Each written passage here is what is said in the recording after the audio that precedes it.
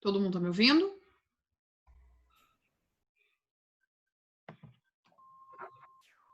Todo mundo tá me ouvindo? Aham.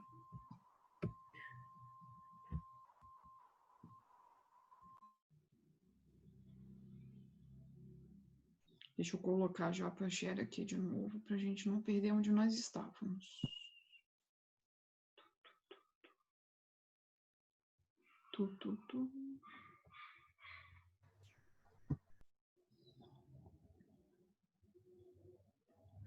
Acho que tem mais gente para entrar, né?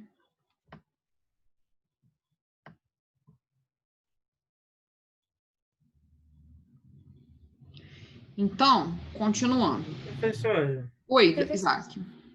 esse ácido que está no nosso estômago, não Hum. tem risco dele ir para o nosso intestino?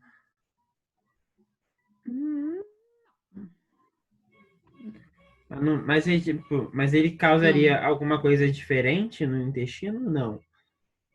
Ele poderia causar, mas assim, existe um controle, né? A não sei que você tenha alguma doença que, por exemplo, está Hum, descontrolada a produção de ácido clorídrico, tá?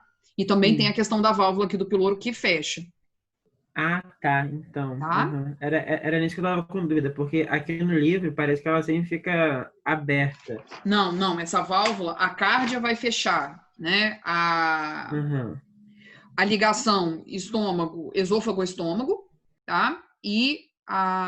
sim, O piloro vai fechar a ligação estômago-intestino delgado, tá bom. sim? Então, continuando, gente. Então, a gente falou do estômago, agora vamos falar do... Deixa eu só tirar o rostinho de vocês aqui. Opa. Agora vamos falar do intestino delgado, tá? O intestino delgado, ele tem aí 6 metros de comprimento, tá? Ele é um órgão enorme do nosso corpo, tá? Aí alguém vai falar assim, professora, mas como é que cabe 6 metros de intestino dentro da gente? Ele fica lá todo enroladinho, né? Dentro, vamos colocar assim, do intestino em volta, né? No arco que o intestino grosso faz no nosso abdômen, tá? O intestino delgado tem a função também de digestão, como o estômago tem, e da absorção de nutrientes, tá? Então, no intestino delgado, o corpo ainda vai continuar digerindo carboidratos principalmente, tá? E um restinho de gordura. E também absorção, lembrando lá das microvilosidades, né? O intestino delgado ele é rico em microvilosidades do tecido epitelial que são responsáveis pela absorção de nutrientes, aumentar a superfície de absorção, tá?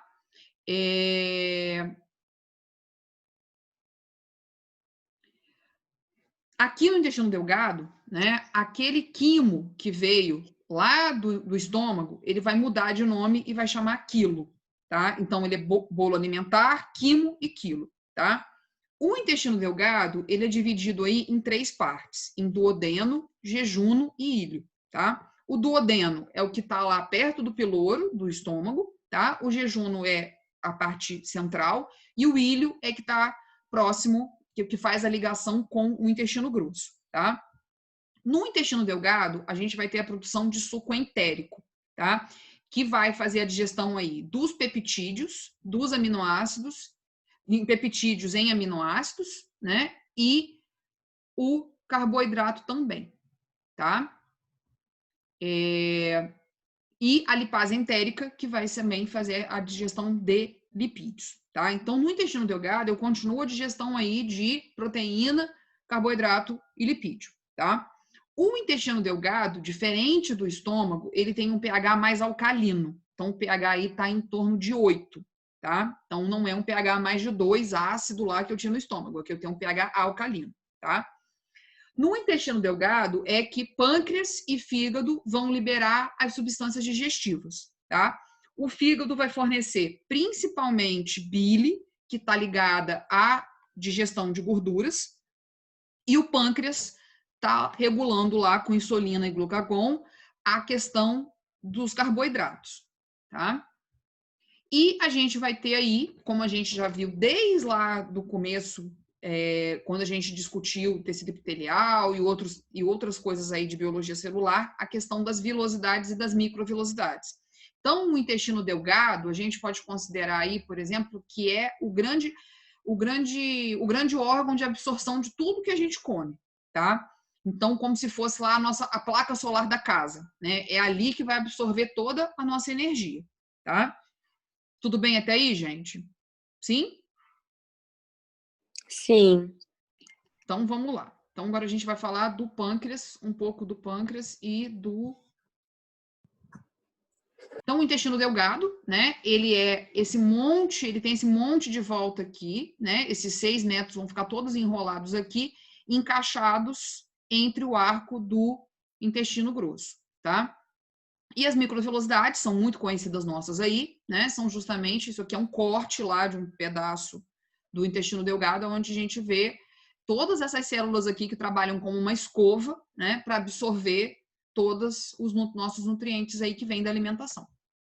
Os órgãos anexos, né? Então a gente tem aí fígado e vesícula biliar, que são 2 órgãos que trabalham juntos, são irmãos gêmeos, né? Ficam grudados aí um no outro. O fígado e a vesícula produzem bile, principalmente, que é responsável pela emulsificação da gordura. Então, a bile, ela vai abraçar pequenas partes de gordura para haver a digestão, tá? E esses 2 órgãos são muito importantes no controle do colesterol, tá? Professora, mas alguém aqui da minha família operou a vesícula, né? A vesícula, ela pode criar cálculos, tá? Quando a gente tem uma alimentação incorreta ou também por algum problema genético.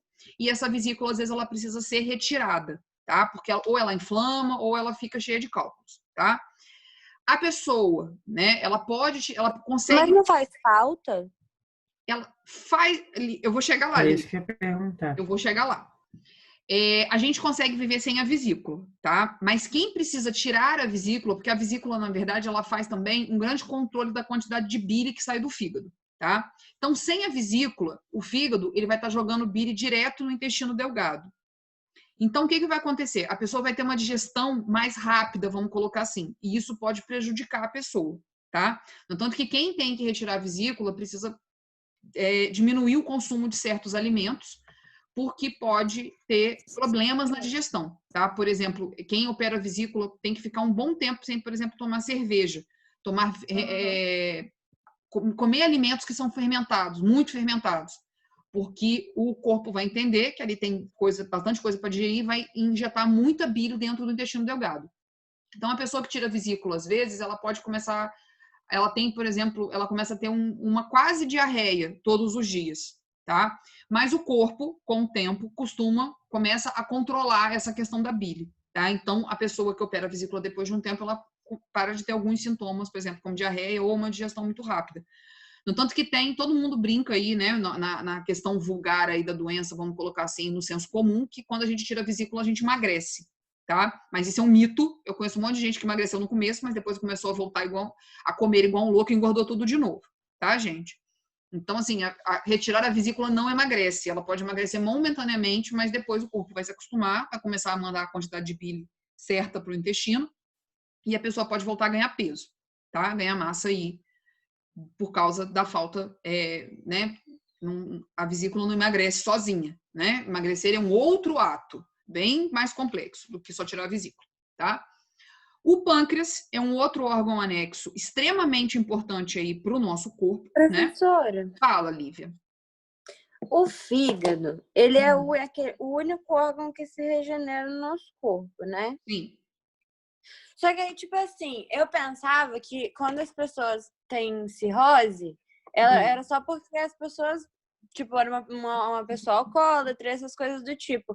Só que daria para ter cirrose de outras formas? Sim, sim. O fígado é uma glândula, né? Um órgão aí, e pode ser também considerado uma glândula, Lívia, que degrada que produz muitas substâncias que degradam várias substâncias aí que a gente entra em contato, tá? A gente pode desenvolver cirrose medicamentosa, tá?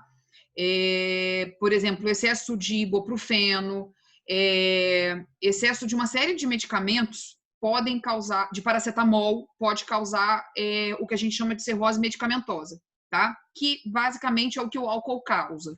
o excesso de álcool no caso do alcoolismo, tá? Mas Gente, excesso de entendi. aspirina, principalmente desses remédios aí que a gente usa para dor de cabeça, para cólica, anestésicos, né? Esses analgésicos aí que a gente usa para uma série de dores, eles podem causar cirrose, o que a gente chama de cirrose medicamentosa, tá? Aham. E também quem tem contato com produto químico, tá? Algum produto químico também, a pessoa quando ela inala muita coisa, além do problema pulmonar, ela também pode ter o fígado, tá? Porque o fígado é um órgão também de filtragem, né? Ele filtra uma série de coisas. Respondido, Lívia? Sim, agora eu entendi. Então, voltando ao nosso amigo pâncreas, que é um órgão também muito importante aí do nosso corpinho, né? Quando a gente estudou a questão lá do tecido epitelial das glândulas, né? A gente viu que tem algumas glândulas que são exócrinas e endócrinas e algumas glândulas são mistas, né? O caso do nosso órgão pâncreas, a gente tem o pâncreas como uma glândula mista. Ele tem tanto a parte exócrina, que vai jogar a substância em um determinado órgão, ou vai jogar essa substância na corrente sanguínea, no tecido, tá? A parte exócrina, que é aquela parte que tem um duto, né, que coloca, que liga lá, que abre a torneirinha e joga dentro do órgão, ele vai produzir o suco pancreático, que é rico em enzimas digestivas, como a tripsina, a lipase pancreática, a amilase, a nuclease, a peptidase, entre outras. Então, é o suco pancreático que entra dentro do intestino delgado que vai fazer a digestão dessas substâncias que vieram do estômago. Proteína, gordura, carboidrato, o DNA que a gente come das coisas, né? Que é o caso aí que quem vai fazer essa digestão vão ser as nucleases, tá? E outras substâncias. E o pâncreas também vai produzir íons carbonato, que vão aí regular a acidez, né? Alcalinizar esse alimento que veio super ácido do intestino, do estômago, quer dizer, quando ele chega no intestino, ele vai receber esses íons carbonatos que vão colocar essa acidez que veio de 2 lá de dentro do estômago para 8 no intestino, tá? E a parte endócrina do pâncreas vai produzir duas substâncias que não têm uma torneirinha, né? Elas são aí liberadas pelas células e na corrente sanguínea, que é a insulina e o glucagon, tá? A insulina vai ter a função de fazer as células receberem os monossacarídeos, os carboidratos, né, absorverem os carboidratos, e o glucagon vai fazer aí a regulação, né, da quantidade de... Vamos colocar a palavra correta aqui, que eu preciso ler isso aqui. A quebra, né, quando eu tenho falta de glicose. Então, a insulina vai fazer a glicose entrar na célula e o glucagon, quando tiver lá com pouca glicose, vai fazer essa glicose sair da célula, né, e entrar na corrente sanguínea. Tudo bem, gente? A insulina coloca, o glucagon tira. Deu para entender isso? Professora, Sim. Fala, Lívia. a questão do íon carbonato é como se fosse para retirar a acidez que veio do estômago? Para neutralizar a acidez. Tá, ok. Sim? Sim. Eu não esqueci a pergunta do Ciso. Vou responder no final da aula, tá, gente? Professora, Fala, Isaac. tem uma dúvida aqui. Assim, que pode ser uma dúvida meio louca, né? Porque afinal Não, mas eu gosto das dúvidas loucas. Mas, enfim, a gente vive sem o pâncreas? Não. Tem certeza? Na verdade, algumas pessoas conseguem, até vivem sem o pâncreas, mas elas precisam tomar insulina e glucagon, né? O pâncreas pode não trabalhar adequadamente, tá? Mas elas precisam tomar medicamentos para compensar essa falta do trabalho do pâncreas. Então, aqui, mas e quando uma pessoa ela tem câncer, geralmente na cabeça do pâncreas, a gente tem que retirar esse órgão ou tira só um pedaço dele? Se como é que chama, meu Deus? O tumor tiver só num pedaço, se retira um pedaço, tá? O ideal seria o Mas tem como transplante, né? reconstruir? Ele não se regenera como o fígado, tá, gente? Uma Não, vez sim, tirado. mas assim, tem como a gente reconstruir essa parede, assim, sabe, do pâncreas usando outro tecido?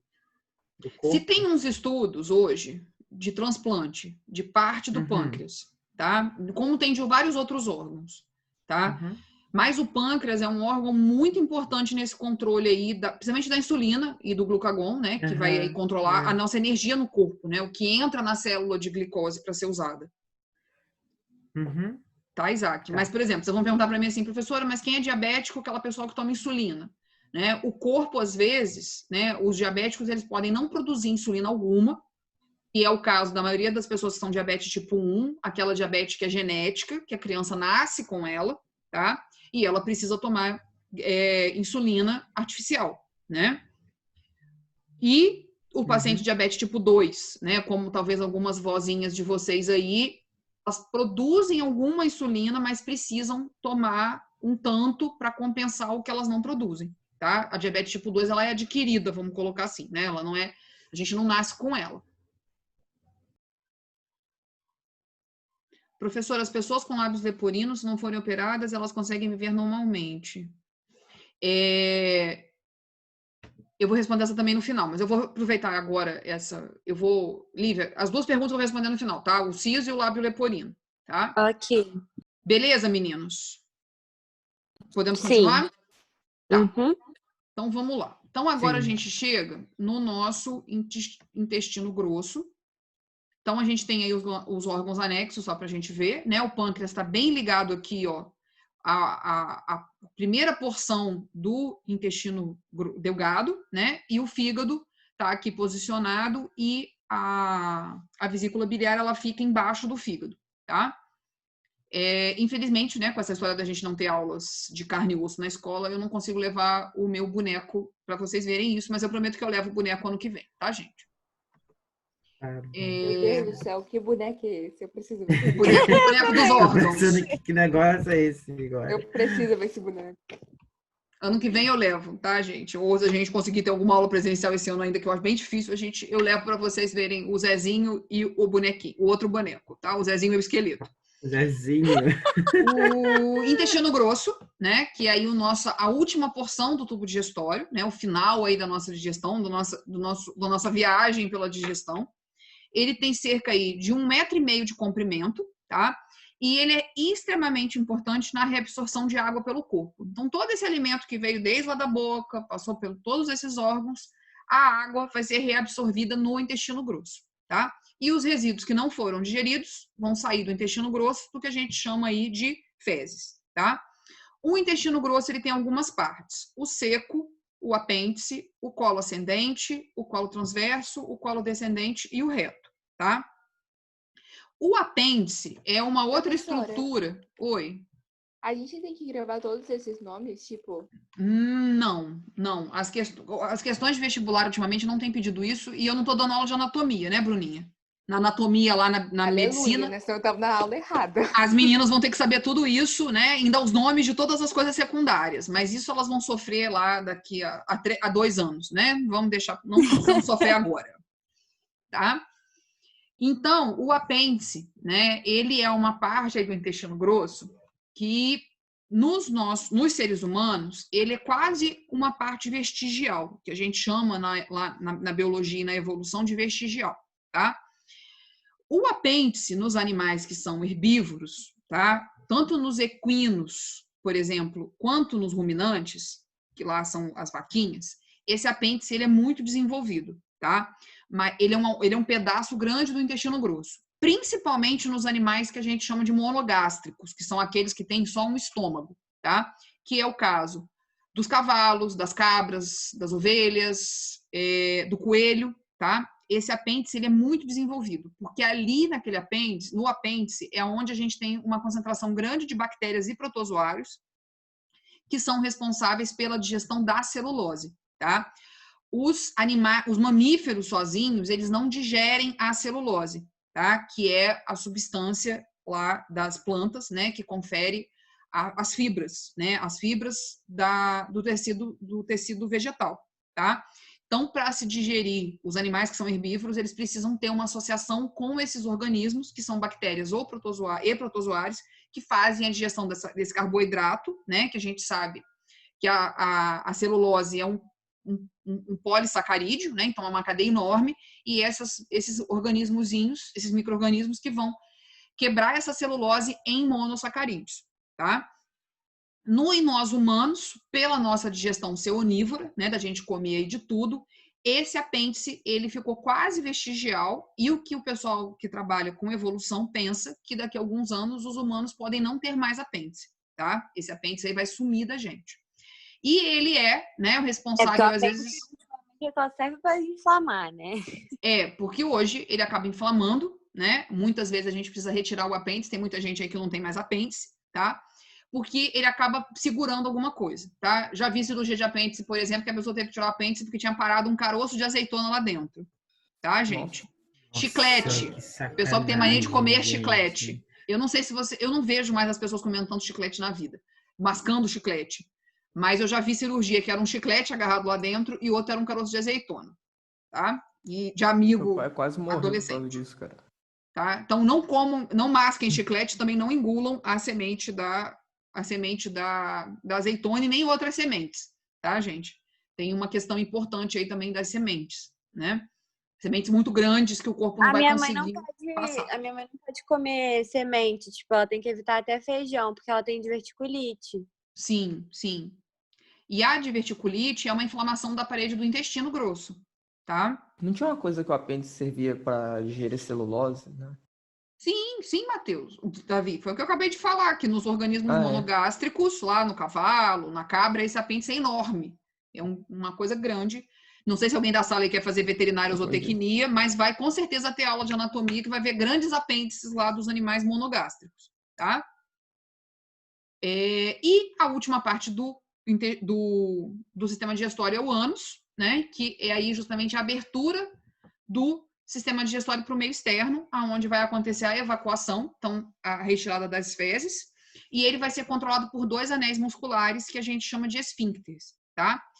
Professora, mas eu conheço alguém que tem um problema no esfíncter, né? Então pode ter gente que tem problema no esfíncter e acaba evacuando sem pensar, né? Sem o corpo controlar, tá?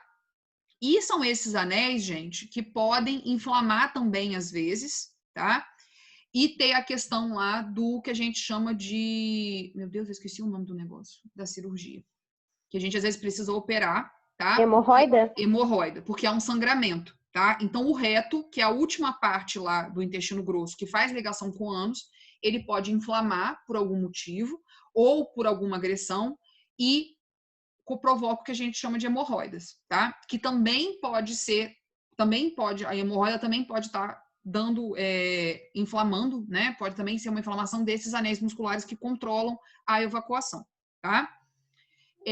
Respondendo agora as perguntas. O Thales, eu acho que era o Thales que tinha me perguntado no outro chat, mas eu não consigo ver o outro chat porque caiu. A questão do dente ciso. Não era você, Thales, que tinha perguntado isso do dente ciso?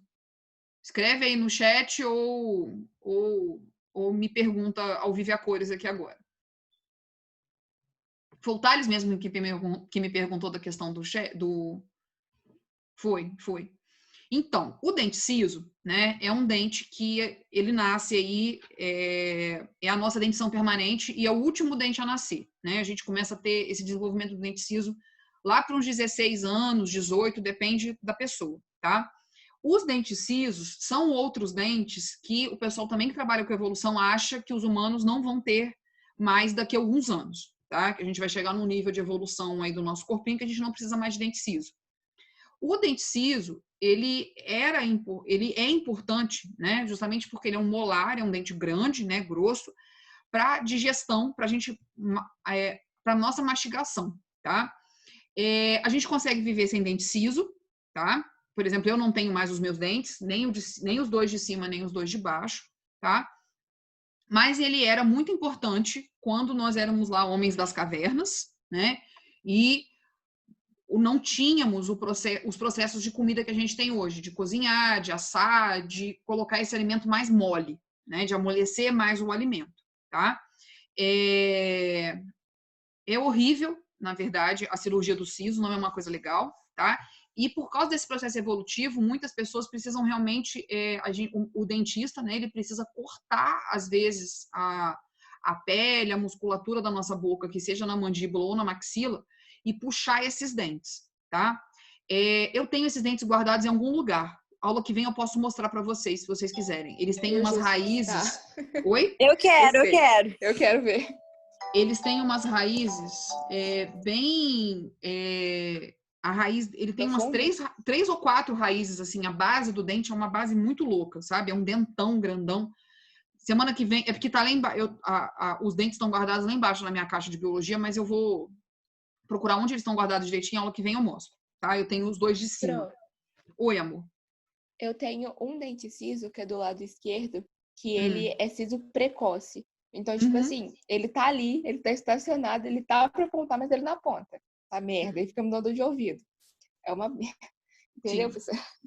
Os dois de cima, quando eu tinha a idade de vocês, eu tive que fazer uma cirurgia mesmo, tá? Eu tive que fazer até aquele risco cirúrgico, e eu fiquei com os olhos roxos 2 semanas, tá? Os dois de baixo acabaram saindo sozinhos, né? Acabaram fazendo a erupção deles aqui dentro da minha boca, e eu tirei ao longo do tempo, tá?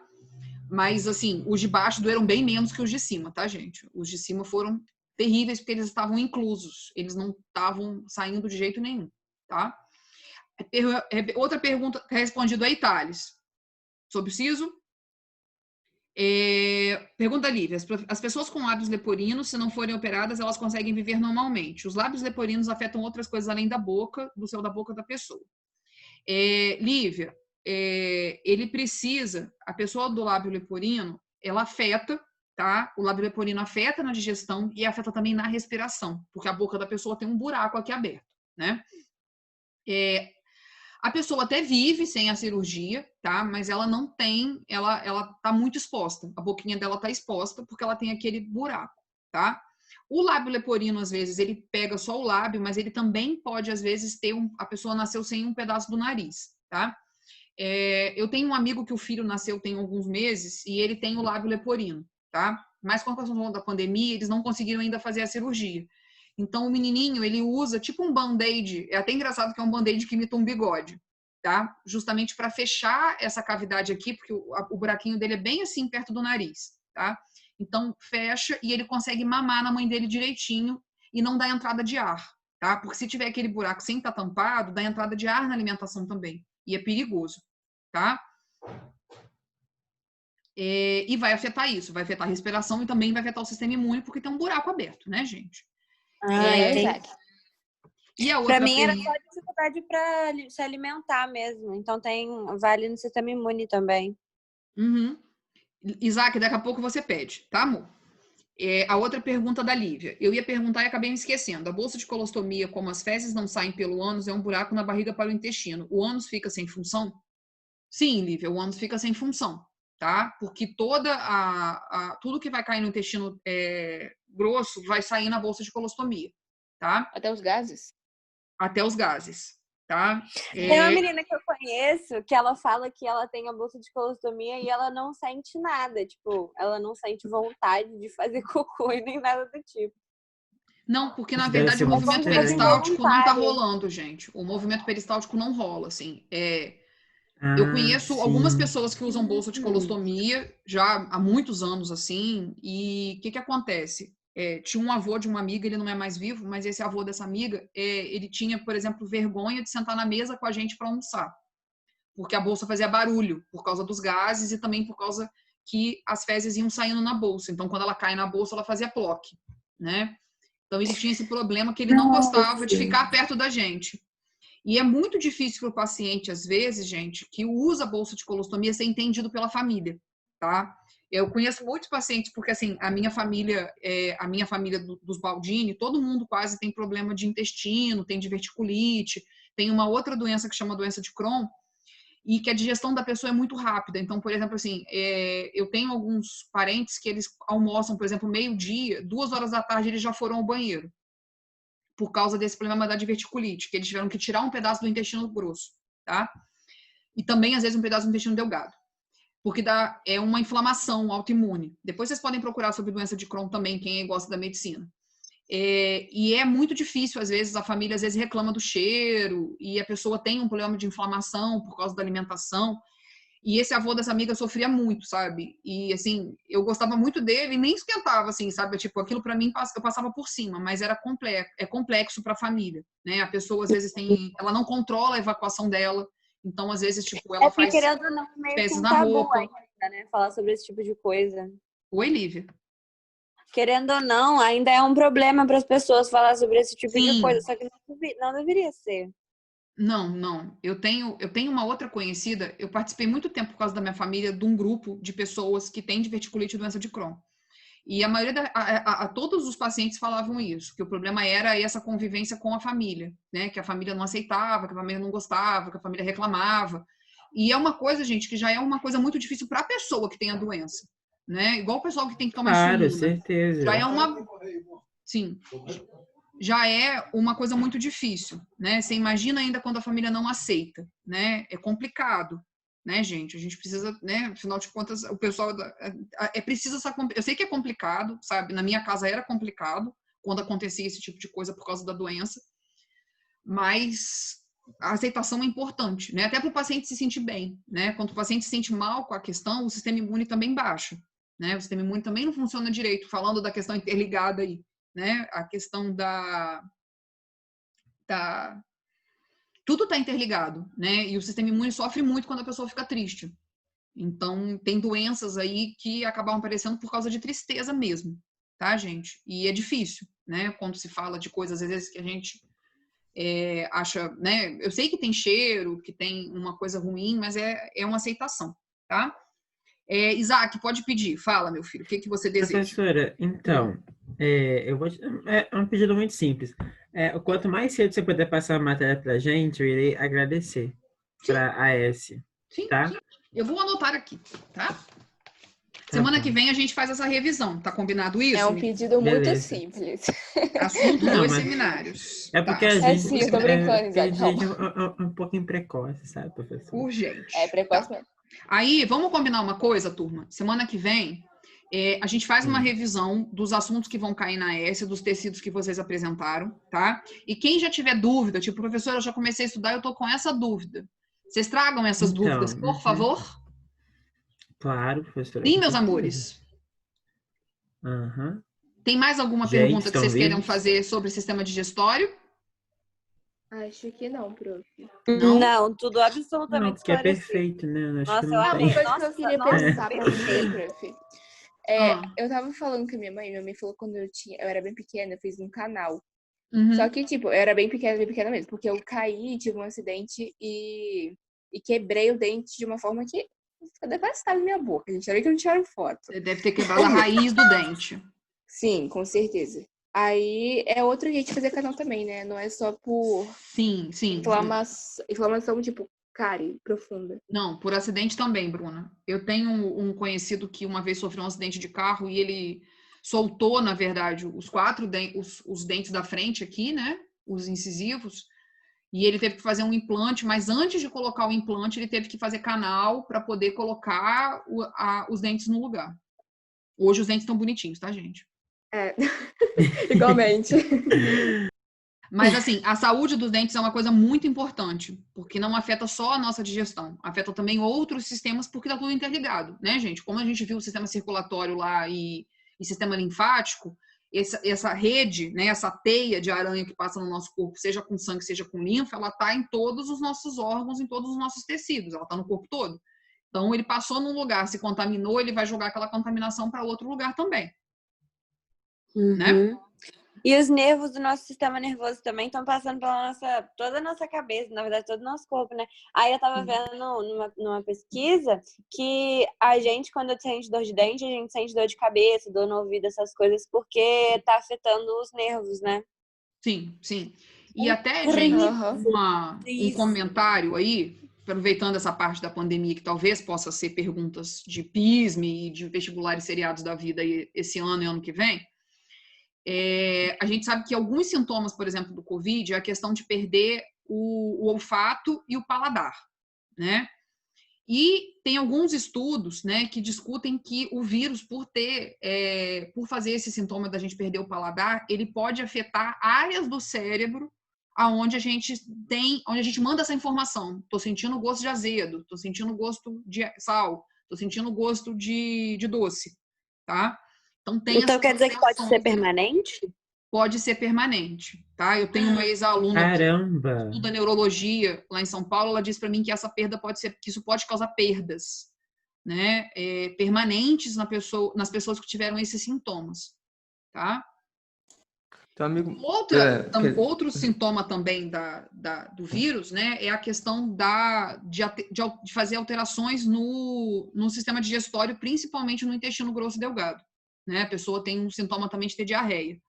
Então, isso também pode prejudicar aí, por exemplo, na absorção de nutrientes, na destruição mesmo dessas células, né? Não se sabe ainda bem ao certo, a ciência ainda está estudando isso, mas esse vírus pode destruir algumas células. Por exemplo, destruir parte da nossa microvilosidade do intestino delgado e a gente diminuir a absorção de nutrientes, tá?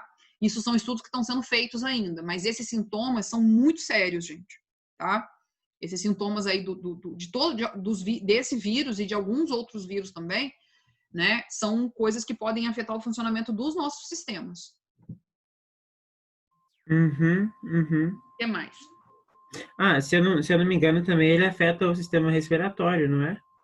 Sim. Ele é um vírus que se atrai muito por tecido epitelial, né? Então, ele vai lá no tecido epitelial do intestino, ele vai no tecido epitelial do pulmão, ele pode atingir o sistema nervoso, né? Essa minha ex-aluna até estava falando comigo que essa questão da perda do paladar e do olfato pode inflamar as meninges do cérebro, né? Igual como se fosse a comparação da inflamação é como se fosse uma meningite, tá? A meningite ela pode ser por bactéria ou por vírus, né? Então, o COVID também pode causar um tipo de meningite, tá? Ele também pode afetar a nossa cabeça. Por isso que um dos sintomas também é a dor de cabeça. Então, ainda tem muita coisa aí, gente, a ser descoberta, né? Então, as meninas aí da medicina vão fazer grandes descobertas ainda na vida delas sobre coisas que vêm aí nos anos que talvez eu não esteja aqui para ver, né? Vocês terão. Ai, meu Deus do céu. Para com isso.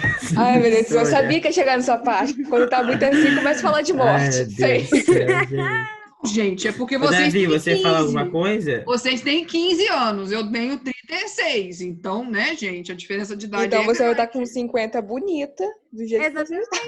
Você vai estar plena, rica, Não, cheia da Rica de muita saúde, eu roupa. quero estar rica de saúde, Isaac. vai. Então, pra você vai estar com quantos anos? Com 52? O quê? Quando vocês estiverem na faculdade? Quando eu tiver formada. Formada? Eu vou estar com uns 50 quando vocês estiverem formados. Então, calma, não, e você ainda vai ter o uma consulta com privilégio. ele. 50 não, Então, vou ter antes de 50. exatamente. Vocês têm mais 2 anos de ensino médio, mais 5 de faculdade. Eu tô contando como se já tivesse 18, coitada. Não, eu vou ter um pouco, eu vou estar antes dos 50 um pouquinho, vou estar lá com uns 40 e alguma coisa. Tá bom, meninos e meninas? Então, você ainda vai ter uma consulta com eles. Só check-up, Pois só é. check-up. Eu tenho uns alunos que foram meus alunos no ensino médio que já são médicos. Que eu nunca fui porque um dos meninos é reumatologista. Eu ainda não vou no reumatologista mais. O Almo foi meu aluno. É até engraçado, porque eu tenho um problema muito grave de olho. Eu tenho uma sensibilidade que eu não consigo colocar colírio. Aí quando tem que fazer aquele teste de pressão da vista, aí ele fica, professor, abre esse olho, eu não consigo abrir de jeito nenhum. Eu começo a tremer. Mas ele é um amor de pessoa, meu Deus. Eu gosto dos meus alunos médicos, nos meus alunos outras coisas também. Eu gosto de ver os meninos na rua formados, felizes, trabalhando. Que graça. É bom. Eu vou vontade de chorar. Ai, meu Deus. Não chora não. Não chora não. Não porque eu vamos fico chorar. imaginando, gente. Ai, meu Deus. Eu brinco com os meninos que tem que tratar. Eu sempre brinquei isso na sala, que tem que tratar os alunos bem, porque eu não sei o que eles vão ser da vida, né? Quem sabe? Eles vão ser meus enfermeiros, meus médicos, meus advogados. Eu tenho que tratar eles bem, gente. Ai, Jesus. Tá bom? Meninos e meninas, beijo. Estudem. Muito Eu obrigado pela aula, eu mando viu? os assuntos e vocês, por favor, me cobrem. Obrigado. Se eu não mandar, me cobra, tá, Isaac? Você sabe pode que ficar cobra, tem eu a cobro. cabeça voada às vezes. O Isaac cobra. Eu Um cobro. beijo. Tchauzinho. Beijo. Beijo. Tchau. Tchau. Tchau.